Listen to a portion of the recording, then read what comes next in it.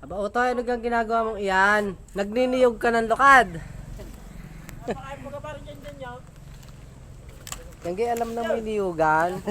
Abay, oo naman. Dahil pang may niyogan eh, nakakapagkupras ng walang niyogan. Ay, sa ayaw nga kumain ng litis na yan. Ano kang gusto niya pang ulam?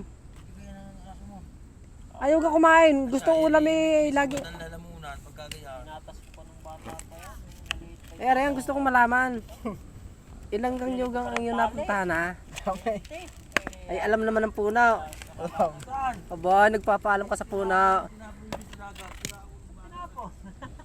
Ay, babahagi na naman ng may kanya. Kahit kaunti.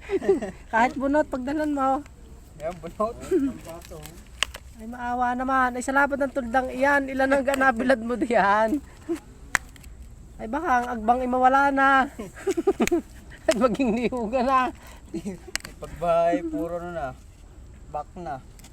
Malamang nito pag bumaha, ay pupunta sa dagat, ay gata. Wala na ang niyog. Aba. May isang sako na din eh. Dispatchahin na ito. Pwede na yan. Ito siguradong mayat may bilog. Ay iyan. Pwede na. Pulutan. Sa isang araw, may biyakin na naman. Ang may-ari ka rin, hindi nagtatanong kung ilan na nabiyak mo. Aba. Dali mo na, Ray. Katatapos lang ho ng butuhan, kaya gano'n nangyari.